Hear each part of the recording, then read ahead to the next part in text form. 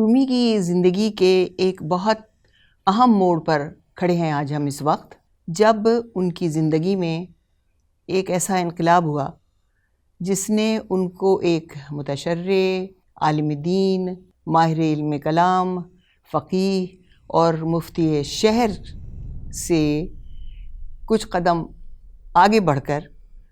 دوسری ڈائریکشن میں ان کو موڑا، اور وہ ایک عالم کے ساتھ ساتھ ایک شاعر بھی بن گئے۔ اور وہ تھی ایک ایسے شخص سے ان کی ملاقات جس نے ان کو باوجود ان کی تمام شریعت کے علم اور دین اور مذہب سے ان کی پابندی کے ساتھ ساتھ ان کو عرفان کی منزلوں تک ان کی رہنمائی کی۔ اور وہ شخصیت، جیسا کہ خود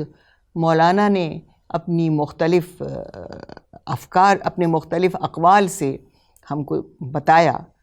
شمس تبریز کی شخصیت ہے۔ اور مولانا کی ملاقات شمس تبریز سے ایک انتہائی اہم اس لیے ثابت ہوتی ہے کہ ہم یہ دیکھتے ہیں کہ شمس تبریز سے ملاقات کے بعد ان میں ایک ایسا زبردست انقلاب آتا ہے، ان کی فکر، نہ صرف ان کی فکر میں بلکہ ان کی چال ڈھال میں، ان کے رفتار میں، ان کے برتاؤ میں، اور دنیا کو دیکھنے کے اور دنیا کو برتنے کے ان کے نظریے میں۔ شمس تبریز کے نام سے ہم اور آپ واقف ہیں، لیکن ہے یہ کہ ان کے بارے میں اطلاعات بہت زیادہ نہیں ملتی ہیں جستہ جستہ لوگوں نے لکھا ہے ان کے بارے میں، لیکن بہت دنوں تک آپ کو شاید معلوم ہی ہوگی یہ بات کہ بہت دنوں تک ان کی شخصیت پر سوال کھڑے ہوتے رہے کہ آیا وہ ایگزسٹ بھی کرتے تھے، وہ وجود بھی رکھتے تھے، یا یوں ہی ایک افسانوی شخصیت ہے ان کی اور ایک افسانوی حیثیت سے ہم ان کو جانتے ہیں۔ لیکن آگے چل کر آپ کو پتہ چلے گا کہ وہ ایک حقیقت میں وہ ایک شخص تھے، ایک شخصیت تھے جو قونیہ میں آئے تھے اور جنہوں نے مولانا سے جن کی ملاقات ہوئی تھی، اور یہ ملاقات کم سے کم 4 سال کے عرصے تک، 1244 سے 1248 تک پر مشتمل رہی یہ ملاقات ان کی۔ شمس کا پورا نام لکھا گیا ہے، شمس تبریزی کے نام سے مشہور ہیں، اور تبریز کے رہنے والے تھے، ظاہر بات ہے علی ابن محمد امام الدین ان کو کہا گیا۔ اور ان کی جو گویا خصوصیت تھی وہ یہ کہ وہ کسی ایک تصوف کے مدرسے سے وابستہ نہیں تھے، بلکہ ایک تصوف میں ایک اصطلاح ہے صوفیہ کے اعتبار سے کہ وہ ایک قلندر تھے، وہ ایک درویش سیار تھے، اور وہ گھومتے پھرتے تھے۔ تبریز سے نکلے، باہر آئے، وسط ایشیا میں پہنچے، بڑے بڑے علماء سے بھی، عرفاء سے بھی ان کی ملاقات ہوئی، لیکن ان کو شکوہ یہی رہا کہ ان کی بات کا سمجھنے والا کوئی نہیں ہے۔ اسی کی تلاش میں کہا جاتا ہے، لکھا جاتا ہے کہ اسی کی تلاش میں شمس جگہ جگہ گھومتے تھے اور لوگوں سے کہتے تھے کہ میں کیا کروں، میری بات کو سمجھنے والا، میرے استاد بھی اور میرے پیر بھی میری بات کو نہیں سمجھتے، میری بات کو سمجھنے والا شاید بجز اللہ کی ذات کے اور کوئی نہیں ہے۔ کسی شخص کے سامنے انہوں نے کہا، یہی بات دہرائی کہ میں چاہتا ہوں کہ مجھے کم سے کم زندگی میں ایک شخص تو ایسا ملے کہ جو میری فکر کو سمجھے، جو جانے کہ میں کیا کہنا چاہتا ہوں، اور اس بات سے وہ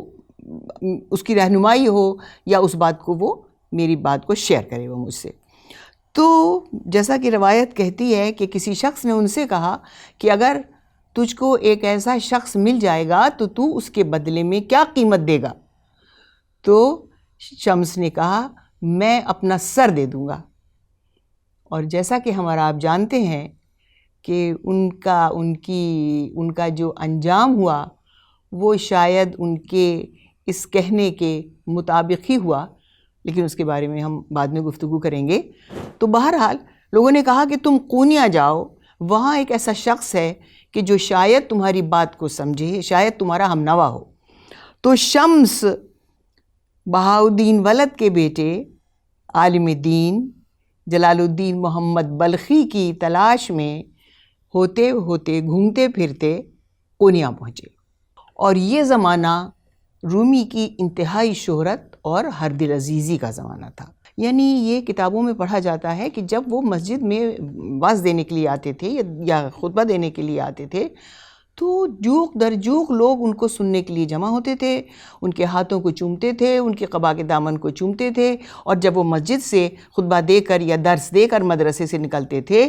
تو سینکڑوں، کچھ مبالغے کے ساتھ ہوگا لیکن بہرحال بہت بڑا مجمع ان کے ساتھ ہوتا تھا۔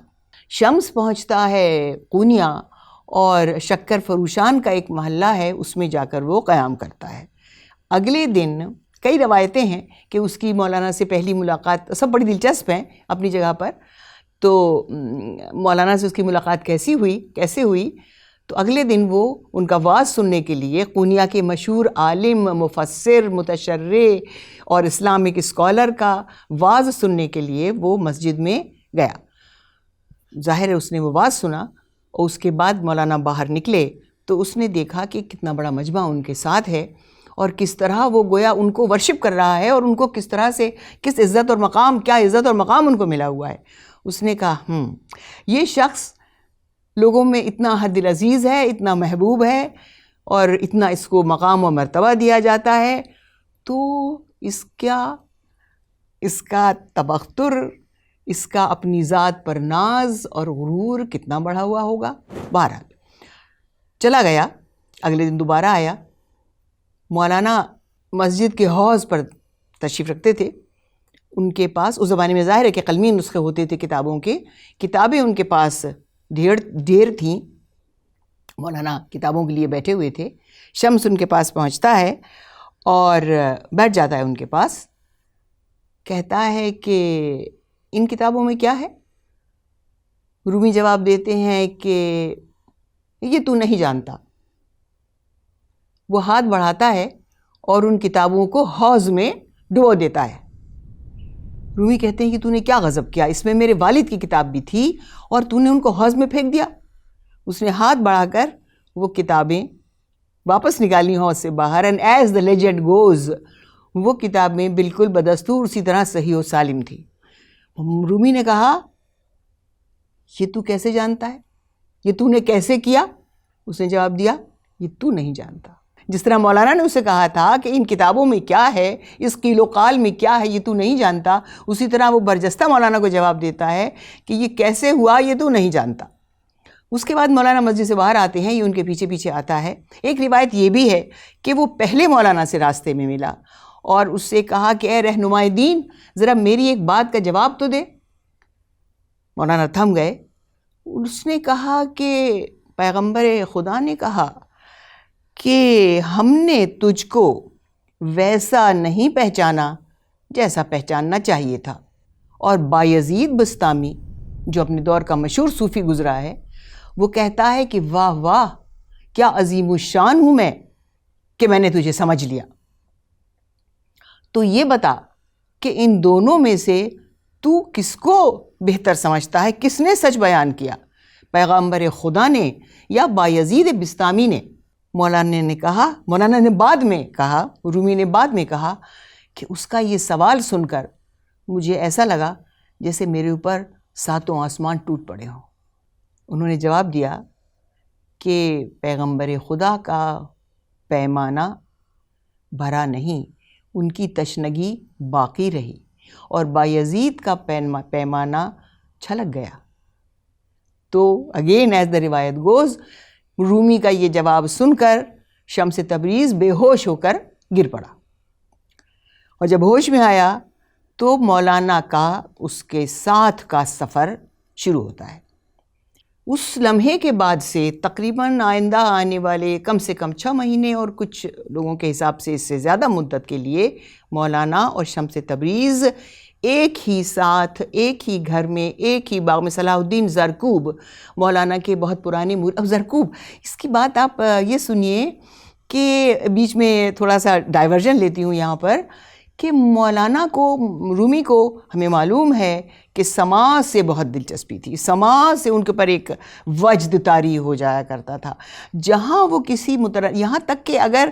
کوئی کھٹ کھٹ بھی ہو رہی ہو، اس میں کوئی ترنم انہیں محسوس ہو رہا ہو، تو اس سے بھی ان کے اوپر ایک کیفیت طاری ہو جاتی تھی۔ تو زرکوب سے ان کی ملاقات کا یہ واقعہ بیان کیا جاتا ہے کہ وہ زرکوب تھا، سونے کو سونار کہہ لیجئے، زرکوب کو آپ، وہ گزرے اس کی دکان کے سامنے سے تو یہ سونے کو پیٹ رہا تھا، اس کو ٹھیک ٹھاک بنا رہا تھا، تو اس کی جو ضرب پڑتی تھی، اس کی جو آواز آئی مولانا کے کانوں تک، تو مولانا پر ایک وجد طاری، اصل میں مولانا پر ایک وجد تو طاری ہی رہتا تھا، کوئی بھی ذرا سا ایک بہانہ ہو جائے اور اس وجد کی کیفیت میں وہ ڈوب جاتے تھے۔ تو صلاح الدین زرکوب ان کا مرید ہوا، ان کے ساتھ وقت گزارا، تقریباً اس کے بعد تمام زندگی اس نے مولانا ہی کے لیے وقف کر دی۔ تو جب شمس سے ملاقات ہوتی ہے تو رومی گھر بار، قونیہ کا شہر، مدرسہ، مسجد، ممبر، محراب، تقریریں، شاگرد، مرید، سب چھوڑ کر صلاح الدین زرکوب کا گاؤں میں ایک مکان تھا، اس میں ایک باغ تھا، وہاں جا کر وہ فروکش ہوئے شمس تبریز کے ساتھ۔ گھر والوں سے ملنا بند، بچوں سے ملنا تقریباً موقوف، صرف بڑا بیٹا سلطان ولد جو باپ کا بہت چہیتا بیٹا تھا اور جس نے سلسلہ مولویہ، جس کے بارے میں کچھ گفتگو آپ سے کی جائے گی، مولویہ کا سلسلہ جیسے چشتیہ سلسلہ ہے، سوربردیہ سلسلہ ہے، نقشبندیہ سلسلہ ہے، اسی طرح مولویہ سلسلہ ہے، وہ ہندوستان میں اتنا نہیں پہنچا اور اتنا مقبول نہیں ہوا، لیکن بہرحال مولویہ سلسلہ تھا جس کو مولانا کے بیٹے نے اور حسام الدین چلپی جو مولانا کے مرید تھے، اور ان کے بڑے بیٹے سلطان ولد نے اس سلسلے کو ایران میں گریٹر ایران میں کہوں گی میں، آگے بڑھایا تھا۔ بہرحال تو صلاح الدین کے مکان میں، ان کے باغ میں شمس تبریز کے ساتھ انہوں نے اپنی زندگی گزارنا شروع کی، اور شمس نے ان کو عرفان کی اور وحدت الوجود کی ایسی ان کی رہنمائی کی اس طرف، عرفان کی منزلیں جو 7 منزلیں کہلاتے ہیں، ہم اس کے بعد گفتگو کریں گے اس کے بارے میں، کہ اس نے ان کو ایک بالکل دوسرا انسان بنا ڈالا۔ اب تک ان کے پاس آنے والوں میں ان کے پڑھے لکھے لوگ ہوتے تھے، علماء ہوتے تھے، ان کے شاگرد ہوتے تھے، عمائدین شہر ہوتے تھے، کنیا کے بڑے بڑے لوگ ہوتے تھے، معین الدین پروانہ ان کے بہت قریبی لوگوں میں سے تھے۔ شمس سے ملاقات کے بعد مولانا روم وہ ہو گئے جس نے شاید ان کو اس مقام تک پہنچایا جس پر وہ متمکن ہیں اس وقت بھی اور آج بھی وہیں رونق افروز ہیں۔ وہ تھا عامہ کا ان کی طرف رجحان، عامہ کا ان کی طرف بڑھنا۔ وہ پیشہ وروں کوئی کہنے لگا، ان پر تانے کسے جاتے تھے، فقرے کسے جاتے تھے کہ رومی کو ڈھونڈو تو وہ کسی کی دکان میں ہوں گے، کسی مزدور کے ساتھ ہوں گے، کسی کھیت میں کام کرنے والے کے ساتھ ہوں گے۔ تو اب وہ عام لوگوں کے، آج کل کی زبان میں لیڈر یا رہنما، لیڈر تو میں نہیں کہوں گی، برا لفظ ہے، آج کل کی زبان میں کہوں گی رہنما بنے لوگوں کے، وہ اب یعنی اہل خصوصیت کو چھوڑ کر وہ اب عامہ کی طرف آئے، اور عامہ نے انہیں وہ رتبہ دیا اور وہ محبت دی کہ جس کے ہم اور آپ آج بھی شاہد ہیں۔ بہرحال لیکن ظاہر ہے کہ ہمارا جو معاشرہ ہے اور جو معاشرہ اس وقت بھی، میں یہ کہنا چاہتی ہوں آپ سے کہ مولانا کی زندگی جب میں دیکھتی ہوں تو مجھے یہ لگتا ہے کہ وہ تو ایک آج کی اصطلاح میں ایک بہت بڑے ریولوشنری تھے، وہ ایک انقلاب لانے والے لوگوں میں سے تھے، اور وہ انقلاب لائے۔ تو شمس نے جس چیز کو سب سے زیادہ برا کہا، اور صوفیاء کرام اور تصوف کی فکر نے بھی جس چیز کو سب سے زیادہ برا کہا ہے، وہ ہے ظاہر پرستی، وہ ہے تظاہر، وہ ہے اپنے کو بڑھا چڑھا کر بیان کرنا، وہ ہے مذہب کو دکھاوے کے لیے استعمال کرنا، مذہب کے اراکین کو، مذہب کے فرائض کو، مذہب کے وظائف کو دکھاوے کے لیے استعمال کرنا۔ اور مجھے افسوس کے ساتھ کہنا پڑتا ہے کہ اس وقت بھی معاشرے میں یہ چیز بڑھی ہوئی تھی، بہت زیادہ بڑھی ہوئی تھی۔ ہم حافظ کو بھی دیکھتے ہیں اس کے خلاف بات کرتے ہوئے، ثنائی کو بھی دیکھتے ہیں، متصوفہ ایران نے ہمیشہ اس کے بارے میں اس بات کی داد دیتی ہوں کہ متصوفہ ایران نے اس وقت جب ایک بالکل مطلق العنانی کا دور تھا، اور جب وہ معاشرے میں وہ آزادی فکر نہیں تھی جو اب ہم کو اور آپ کو حاصل ہے، اس وقت بھی صوفیاء نے آواز اٹھائی۔ ایکچولی یہ جو تصوف کا جو رجحان ابھر کر آیا سامنے، ادب میں ہو یا شعر میں ہو، اس کا جو ٹریگر کیا جس چیز نے اس کو، وہ یہی تظاہر پرستی تھی۔ تو شمس تبریز اس کے شدید مخالف تھا، اور اس کو یہ سب جو مولانا کے ارد گرد، رومی کے ارد گرد جو یہ مجمع لگا رہتا تھا لوگوں کا، وہ ان کو بڑی معاف کیجیے گا حقارت کی نظر سے دیکھتا تھا کہ میں نہیں سمجھ سکتا کہ ان کے دل میں خدا کے لیے کیا ہے، خدا شناسی کے کس درجے پر یہ فائق ہیں۔ بے شک میں نے مانا ماہر شریعت ہیں، ماہر فقہ ہیں، ماہر تفسیر ہیں، ماہر حدیث ہیں۔ اول تو وہ پیغمبر اسلام کی حدیث کو سب سے زیادہ اہمیت دیتا تھا۔ دیکھیے یہ فرق تھا اس وقت کے وحدت الوجود کی فکر کا جو مولانا کے دور میں تک تھی، اور اس کے بعد یہ بدلا، مگر اس کے بارے میں ہم تصوف کے ساتھ بات کریں گے۔ تو باوجود اس کے کہ وحدت الوجود کا قائل تھا، باوجود اس کے کہ مولانا کی فکر میں بھی ہم کو وحدت الوجود کے سراغ ملتے ہیں، لیکن شریعت کے ساتھ، شریعت کی پابندی کے ساتھ۔ بہرحال تو شمس سے مولانا کا یہ پیوند اور یہ ملاقات، اور اس کے لیے پلے بے پلے بے ملاقات خدا، سیڑھی بہ سیڑھی خدا کی ملاقات کے لیے آگے بڑھنا کا لفظ استعمال کیا جا سکتا ہے اور جاتا ہے۔ اس نے قونیہ کو برہم کر دیا، اس نے قونیہ کو غصہ آ گیا قونیہ کے لوگوں کو کہ یہ ایک درویش جس کا نہ کوئی پتہ ہے نہ عطا ہے، کہاں سے آیا کہاں سے ہے، درویش سیار گھومتا پھرتا درویش ایک آ گیا، اور اس نے ہمارے اتنے بڑے خاندان کے عالم کو یکسر بدل ڈالا۔ یہ بہاولد کے بیٹے ہیں، نہ بھولیے گا کہ بلخ میں ان کے باپ کا ایک عجیب رتبہ تھا، اور وہ خاندان اس رتبے کو لے کر قونیہ میں آیا تھا۔ مولانا کا بھی، بلکہ مولانا اس مرتبے میں اور مقام میں، اور جو عزت ان کو حاصل ہوئی تھی، وہ اپنے والد سے آگے نکل گئے تھے۔ تو برہم ہو گئے قونیہ کے لوگ کہ اس نے ہم سے ہمارا اتنا بڑا عالم چھین لیا، اور بڑی مخالفت ہوئی، یہ تک کہا گیا کہ مولانا پر پتہ نہیں جادو کر دیا گیا ہے، سحر کر دیا گیا ہے، مولانا دیوانے ہو گئے ہیں یا کیا ہو گیا ہے۔ لیکن مولانا تو جو انہوں نے ٹھان لی تھی وہ ٹھان لی تھی، اور انہوں نے یہ طے کر لیا تھا کہ خدا تک جانے کا، پہنچنے کا راستہ میرے قلب سے ہی ہو کر جائے گا، وہی میرا معشوق ہے، مجھ کو دنیا سے کچھ لینا دینا نہیں ہے۔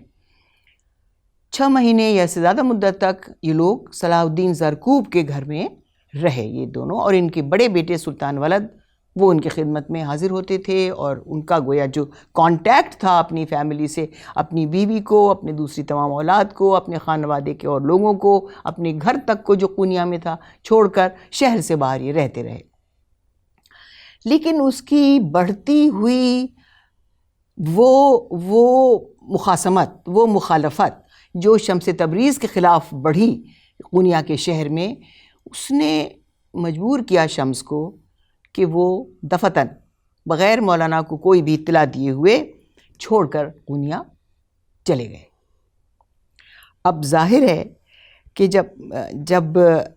یہ ہوا کہ مولانا کی اس سے اتنی قربت تھی، رومی کی اس سے اتنی قربت تھی، اور دفتن وہ شخص اٹھ کر بغیر آپ کو اطلاع دیے ہوئے چلا جاتا ہے، تو ظاہر ہے کہ ان پر بہت برا اثر ہوا اس کا، اور بے چین رہنے لگے اور پریشان حال رہنے لگے، اور اتنی ان کی حالت اتنی گویا بگڑ گئی جس کو کہنا چاہیے، اور وہ اتنے مغموم اور مزمحل اور پژمردہ رہنے لگے کہ اب ان کے خاندان والے اور قونیہ کے شہر والے یہ سب افسوس کرنے لگے ان کی حالت کو دیکھ کر کہ بے وجہ ہم نے اتنی مخالفت کی، اور اس شخص کی جانے سے تو ہمارے اس عالم کا، ہمارے اس محبوب شخص کا اتنا برا حال ہوا، تو انہوں نے بھی اپنی مخالفت کو کم کیا۔ مولانا نے اپنے بیٹے سلطان ولد کو طرح طرح سے، ظاہر ہے کہ اس زمانے میں کوئی آج کل کا زمانہ نہیں تھا کہ جو ہر چیز آپ بہت آسانی سے معلوم کر لیتے ہیں، یہ معلوم کرنے کی کوشش کی گئی کہ شمس قونیہ کو چھوڑ کر کہاں گئے ہیں، کس شہر میں ہیں، کہاں ہیں۔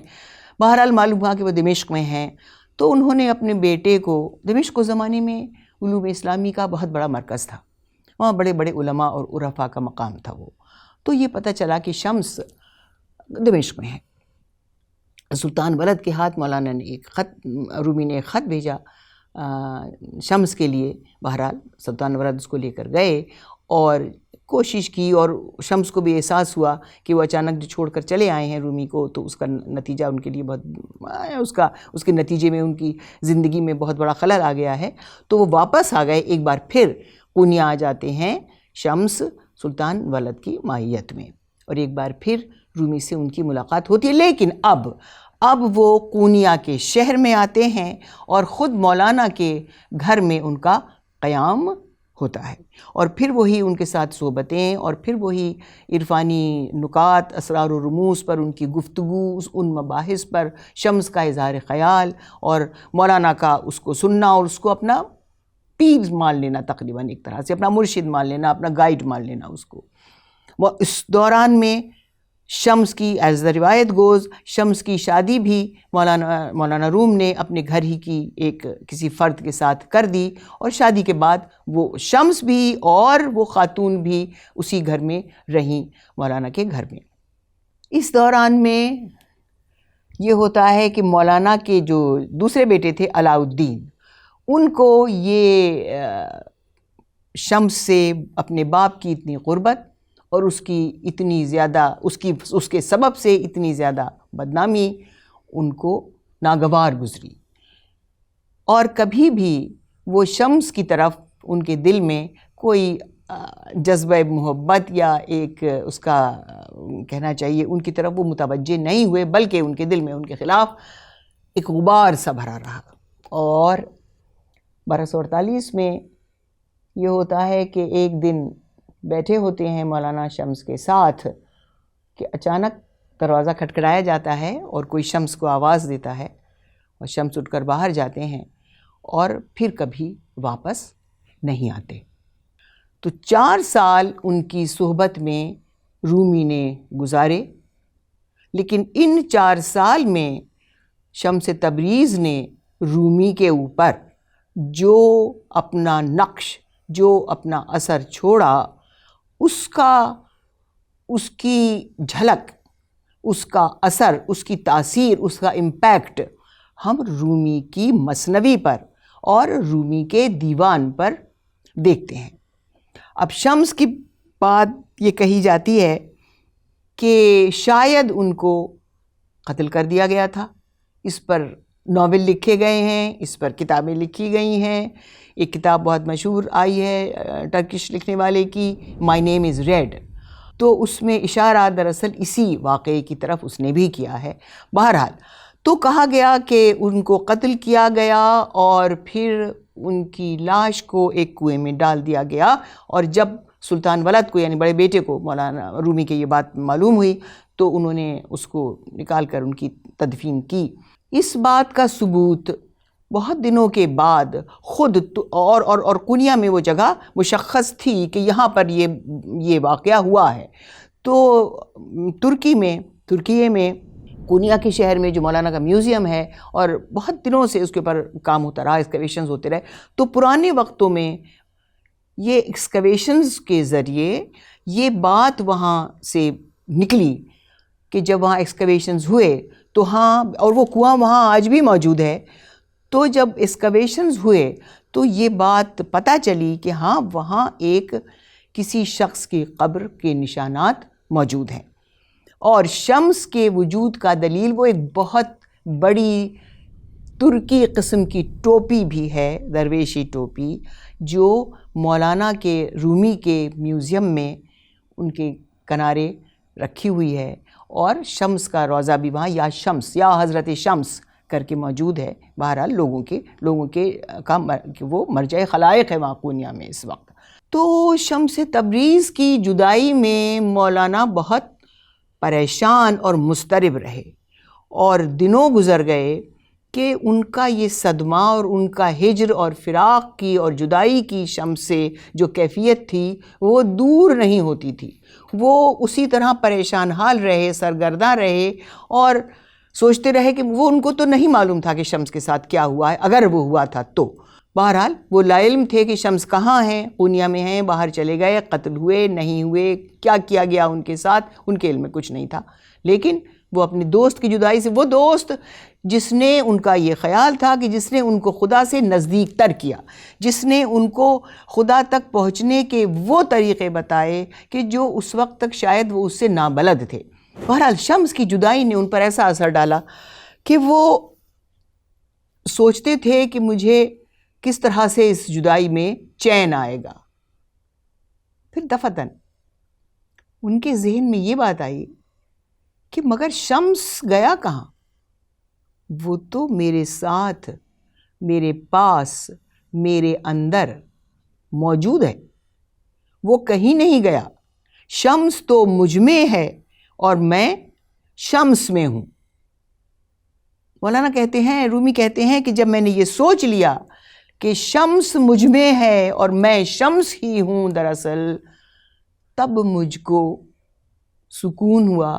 اور میں نے سوچا کہ یہ میرا اضطراب، میری بے چینی، میری تلاش بالکل بے سود ہے، کیونکہ دراصل وہ تو کہیں گیا ہی نہیں، وہ تو خود میرے اندر۔ اور اسی لیے آپ دیکھتے ہیں کہ رومی نے اپنا جب دیوان ترتیب دیا تو اس میں انہوں نے